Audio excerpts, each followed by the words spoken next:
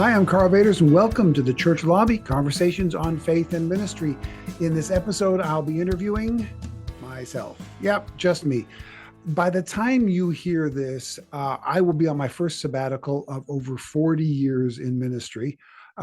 Famously, I took 40 days off about 15 years ago. I described that in the grasshopper myth, but that wasn't a planned sabbatical. That was an unplanned collapse. This one is planned. This one is not about burnout. This one is to help avoid burnout and to make sure that I'm doing what I recommend others do to get a break, to set some time aside, to slow down a little bit.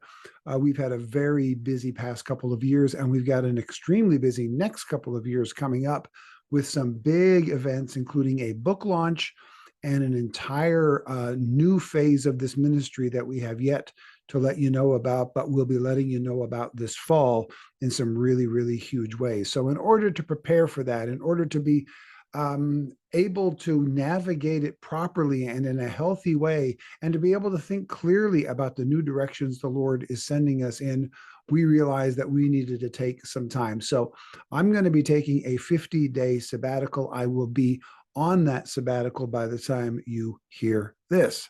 So what I want to do in this podcast is I want to walk you through three important things. First of all, why I'm taking a sabbatical. Secondly, what that sabbatical will look like, including how we plan to unplug, what purposeful plans we have to get the most out of it so that it actually is a time of refreshing and not just a time of sitting around and doing nothing, although that sounds kind of cool as well. But no, I won't be doing nothing. It'll be getting some good, refreshing things done to help recover our spirits, our souls, our bodies, and our minds. And thirdly, from that, we're hopefully going to have a better plan for you if you ever want to take a sabbatical for your own self. So that's what we'll be looking at. I'll be looking at in this episode. I've got to stop saying we because I'm used to having more than one of us on the podcast, and it's just me. So we're going to talk about how to plan a sabbatical by showing you how we plan to plan ours. And at the end of it all, I'm going to come back and I'm going to do another solo podcast about how it went, what I learned, some things that maybe I'm going to say in this episode that I'll learn were not quite that way and they're better, and give you some follow-up to that and some of the lessons learned out of sabbatical. Now, while I'm gone, we will have regular podcasts coming out that I've already pre-recorded. We'll still have weekly articles coming out on the website. You will still get the newsletter every Friday as usual, because with all of the technical aspects that we are able to avail ourselves of now, we can actually schedule all of that to come out at various times while I'm just relaxing somewhere or spending time with family or just doing the things that help me disconnect and unplug and renew my spirit, my heart, my soul, and my body. So you will still get regular content. We're creating all of that in advance, so you won't miss anything while we're enjoying our downtime. So let's take a look at these three things. First of all, why am I doing this? Why am I taking a sabbatical? Well, here's an interesting aspect about the technical things that we have today. I remember in the early 1980s, very, very early in the computer generation, and Shelley and I happened to have met, excuse me, in Silicon Valley right at the beginning of the tech boom, when IBM was still the big game in town, when Apple was coming along, but before Steve Jobs' departure, and it looked like Apple might not made it in its resurgence. So way back at the beginning, when people were looking at it going, what is this thing called a computer and why would I ever need to use one? Back in that era. And I remember the first time somebody sat me down as an adult and showed me how to turn a computer on and what the language of the computer was and how things were going to go. And one of the things he told me that amazed me at the time that we're so used to now we don't pay attention to is this. He said, you want to turn it off every night before you leave, which of course we would do anyway. Hang on a second. I got a scratch in my throat. He said, you want to unplug it. You want to turn it off every time and then turn it on the next morning. And he says, if you ever have a problem during the day that you can't figure it out, excuse me, just turn it off and then turn it back on again. And I said, how can turning something off or turning it back on again help? He said, well, the way computer programmers have designed computers is every time they turn themselves on, they run through an entire self-diagnosis. They figure out what's wrong with themselves and they fix themselves. And I went, you got to be kidding. That's the most genius thing I ever heard. Now, we are so used to that now. If you're younger than me and you can't remember when you learned a computer because you've always used one, the idea of turning it off and turning it back on again is just automatic. But think about it. Something with a computer chip is the only thing that works that way. You know, a fan, a toaster, if it's not a smart fan or a smart toaster, right? You don't, if it goes wrong, you don't just unplug it and plug it back in again. It doesn't fix itself. And before computers came along, nothing did that except, of course, us. Okay. Where did they get the idea that unplugging a thing for a while and then plugging it back in again will help it to fix itself? Something tells me they got it out of the order of creation. God set this idea of periods of rest to help us recuperate, the daily rest of going to sleep at night. Why do we spend 1/3 of our lives unconscious? Because that unplugging helps to make the 2/3 of our lives that are conscious better. We're unplugging. Why do we take vacations? To unplug for a while. Why am I going on sabbatical? Because while our friends who are 9-to-5 workers, they go to work, they do their work, they work hard, they deserve the pay they get. But for most of them, not all of them, there are different jobs out there that don't do this, but for a vast majority of them, when they leave work, they've left work. They're done. They look forward to the weekend where they can, go camping with the family or do whatever, or for the evening when they can hang out with friends or just chill and watch TV, right? Once they leave work, they have left work, not pastors. We are on 24/7. Even when we unplug, for the family in the evening, or we take occasional weekends away, or an occasional, vacation. Even on vacation, you don't stop being the pastor when you're on vacation. It's always in our heads. It's always in the back of our minds. So when you are always on for literally years or even decades at a time, the regular vacation isn't enough to completely unplug us from that and to get the recovery that we need.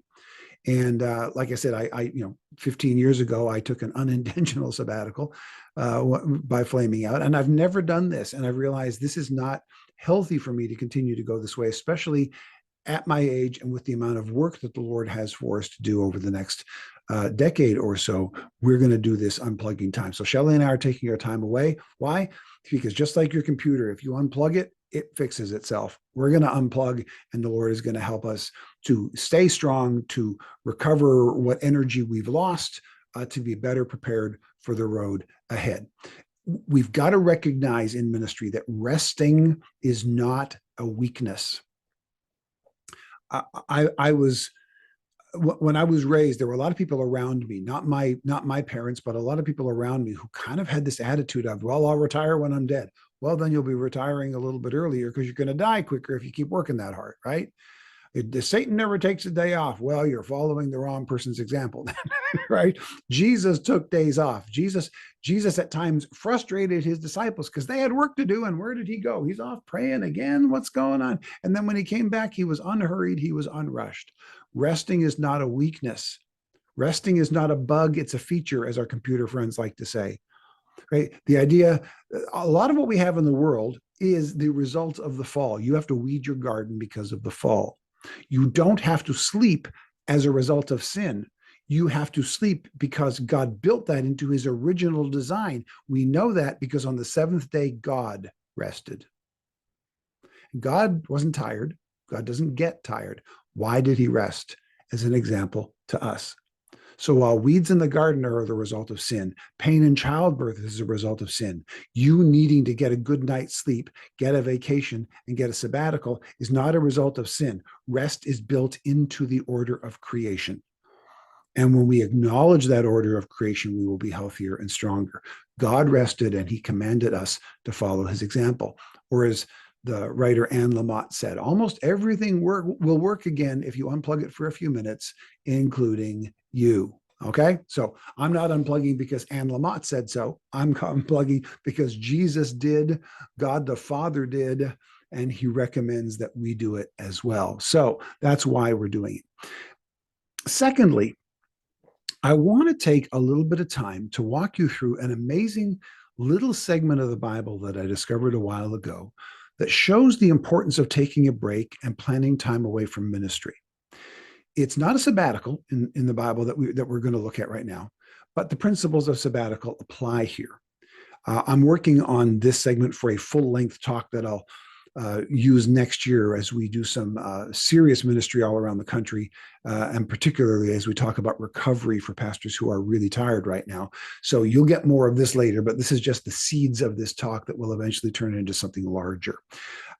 It comes from Paul's third missionary journey in Acts chapter 20. So let me read the passage, and then I'm going to walk you through this little thing that I noticed before that I think is really helpful for pastors to use as an example. Acts verse 20, beginning with verse 15, says this: the next day we, and by we, this is what we call the we passages, right? In Acts, this means Luke was along for the ride at this point. So he saw it, he witnessed this personally, right? The next day we set sail from there and arrived off Chios. The day after that, we crossed over to Samos, and on the following day arrived at Miletus. Now, that's one of those verses you just skip by and go, okay, fine, travelogue, who cares? Verse 16, we do care, and here's why. Verse 16, Paul had decided to sail past Ephesus to avoid spending time in the province of Asia, for he was in a hurry to reach Jerusalem, if possible, by the day of Pentecost.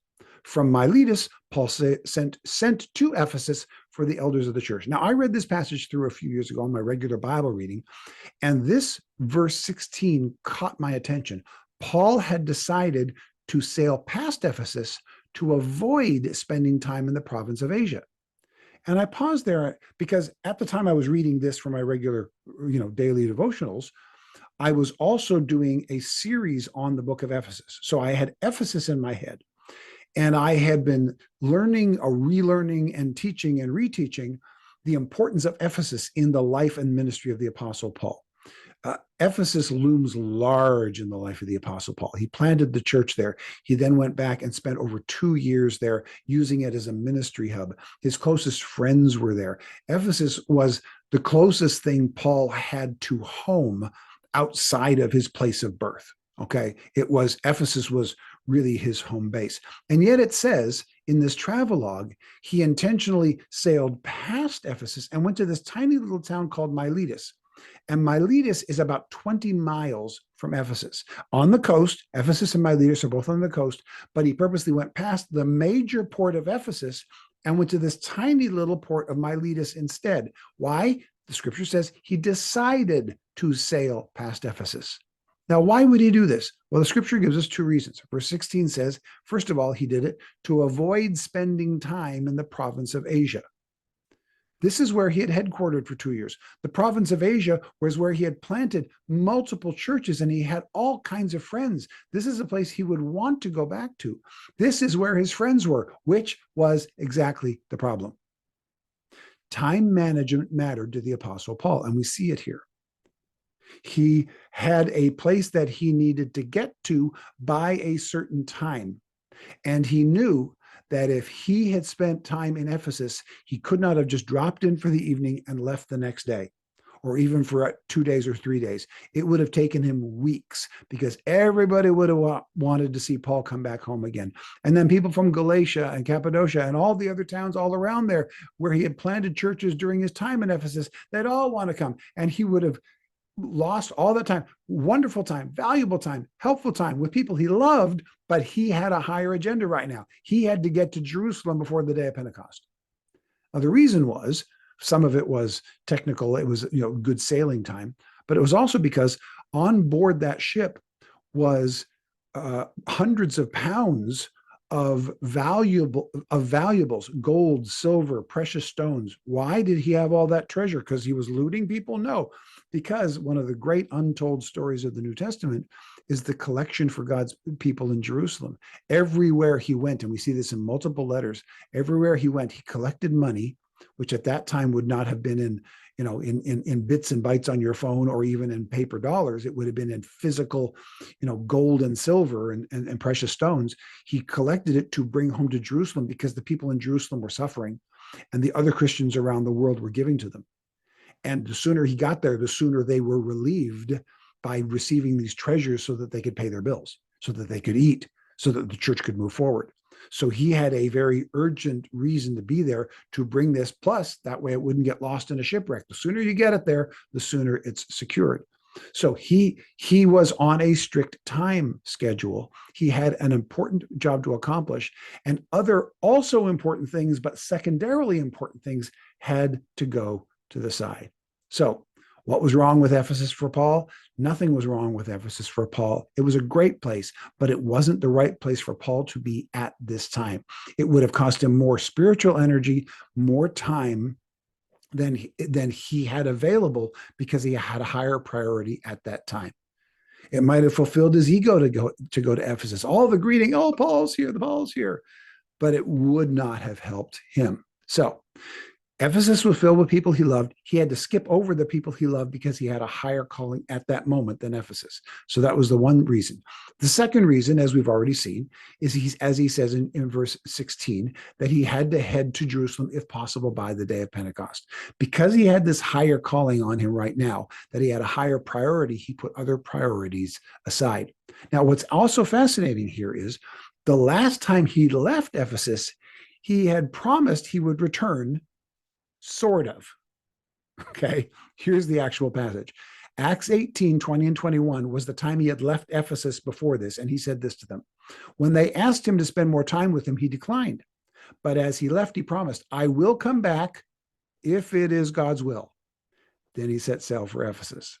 So he promised he would come back, but with that caveat of if it's God's will. Now, for most of us, I think, certainly for me, if people had wanted me to stick around that much and so, please stay, we want you to stay, I would probably have done one of two things. I'd have either stayed, or I'd have promised to come back. I'll definitely be back.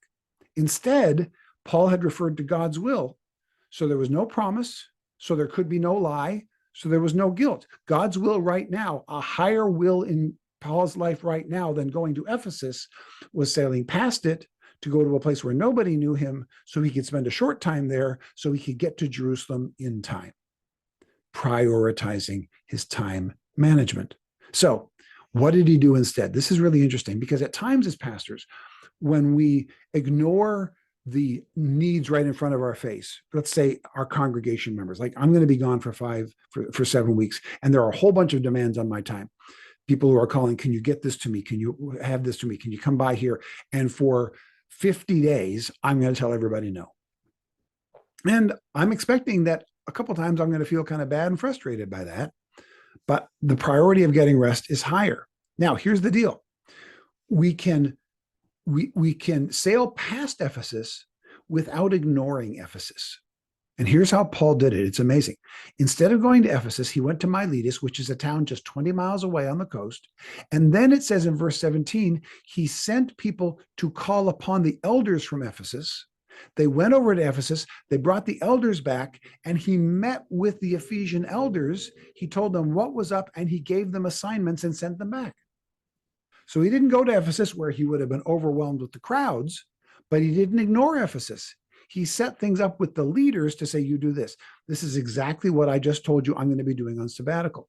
I'll be on sabbatical for 50 days. I will not write an article during that 50 days. I will not record or record a new podcast in those 50 days. But articles will go out and podcasts will go out. Why? Because while I'm sailing past Ephesus, I'm not ignoring Ephesus. Okay, I'm setting up in my planning schedule, and I'm relying on others, and I'm relying, quite frankly, on the technical stuff that Paul didn't have to get the job done anyway. So the job is not being ignored, but I have a higher priority in recovery right now. And the Apostle Paul is a great example for us in this, out of that passage of sailing past Ephesus. Okay, so that's kind of the first part, why I'm doing it and how I'm doing it. But what will our sabbatical actually physically look like? What are we going to do? How are we going to unplug? And so on. Well, we're going to be gone, as I said, for 50 days. That's 7 weeks plus a day. And from what I understand, that's barely counts as a sabbatical. Most sabbaticals should be about double that time, but I just am unable to carve that much out. So I'm going to carve out as much as I can. What I'm going to be doing is I'm going to be using an outline from Sean Nemechek, who we interviewed on this podcast a few episodes ago about overcoming burnout. And he has an acronym that he uses, and he has some great ideas to use to get the most out of your sabbatical. I'll put the link to that in the show notes. And in the bonus content, which we'll put on YouTube for subscribers, I'm going to give you the week by week details of it. So if you're not a subscriber yet, you can subscribe for free to the newsletter, karlvaters.com/subscribe. And then you can get all of those details from Sean's outline of how we are going to physically do the day by day, actually week by week or so of the sabbatical, so that what he does is he walks through how to like ease into the sabbatical slowly, how to make sure that you're doing things that are going to be of value rather than just frittering your time away, then how to phase out of the sabbatical to come back in a way that you're ready to hit the ground running, and you've got new priorities and you've gotten your best out of it. So I'll be going over those very specific details with you in the bonus content. Again, if you want to get that, it's all free. Go to karlvaters.com/subscribe, and then you'll get the weekly newsletter on Friday. And every Friday, there will be a link to not just that week's individual podcast, but to a playlist that we're just now putting together of previous bonus contents from previous podcasts as well. So you'll always be able to go there and pick it up whenever you want to. So to conclude this particular audio portion of this podcast, as I mentioned, while we're gone, you won't miss me because you'll still be getting regular content from me. If you do want to reach out to me anytime from mid-June to mid-August of 2023, when we'll be on this sabbatical, the easiest thing to do that is go to karlvaters.com, click the Contact Me button there, and that will be monitored by my daughter, who's going to pass that along only if it's an extreme emergency. Otherwise, she'll be sorting it all out and present it to me when we get back, and we'll eventually answer it. My guess is we'll have a big pile of them when we get back. So unless it's an emergency, please don't pile that up. But if you really do need to reach me, that'll be the easiest way. But it's only going to get through if it's an extreme emergency.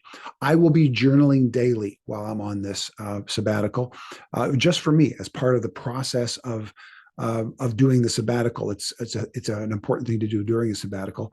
So that will also serve to give me information for the next podcast that I will do after the sabbatical, telling you how it went. Here's what I went through. Here are the lessons that I learned, and advice for a sabbatical if you ever want to take from. So if anything else comes up during that, again, I told you how to get a hold of me if you want to. In the meantime, have a great summer. If you are listening to this, shortly after this comes out, if it's weeks or months later, have a great whatever time you happen to be listening to this. And always, at all times, make sure that you get the rest and recovery that you need. If you can't get a sabbatical, get whatever breaks you can. It is built into the way God created us. We are not meant to go at 100 miles an hour for days, weeks, months, and years at a time.